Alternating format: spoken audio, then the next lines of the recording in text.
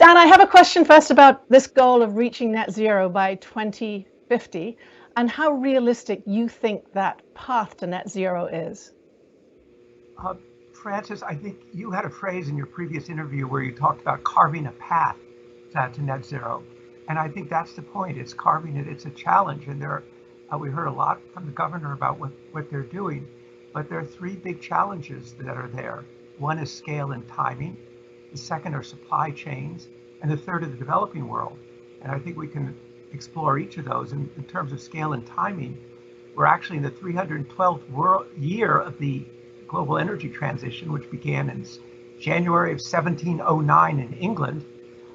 But transitions in the past have been over a century or so, and now trying to do it in 28 years.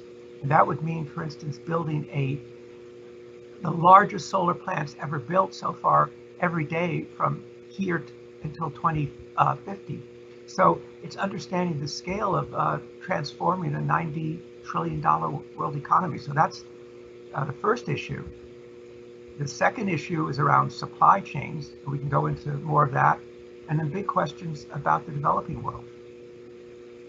So take us back to the most immediate steps we need to take now to achieve what you're describing as a sort of philosophical and physical metamorphosis, unlike any I can think of. What needs to happen now? I mean, let's just take supply chains. To make one electric car battery, you have to move about 500,000 pounds of earth to do that.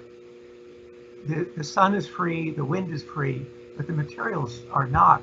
So you're talking about increasing lithium supply by 4,300%, cobalt and nickel by 2,500%. These are huge numbers. And it takes, at least right now, according to the International Energy Agency, about 16 years to open a new mine. So how do you do this all at the same time? I think that's a supply chain issue. And then it gets more complicated because who controls the supply chains? A lot of it now passes through China in one way or another. And so you have the geopolitical issues with China, the United States, and the supply chain. And so I think that, when you talk about the challenges on carving that path, that whole issue of supply chains is very important. I think the other question is the developing world. And the US is 15% of emissions, global emissions. I'm on the energy think tank of India. And they're saying, well, we have a lot of poor people who cook with waste wood, which the World Health Organization says is the biggest environmental problem in the world. We want to get them energy. We need to get them natural gas. We need to get them propane for cooking. So that's going in a different direction. And I just did a conversation the other week with the Vice President of Nigeria, who was saying the same thing. We need to build natural gas pipelines. And does the developed world have the right to tell us that we can't? So I think those are the three big challenges that need to be thought through in a very practical way to address getting to net zero carbon.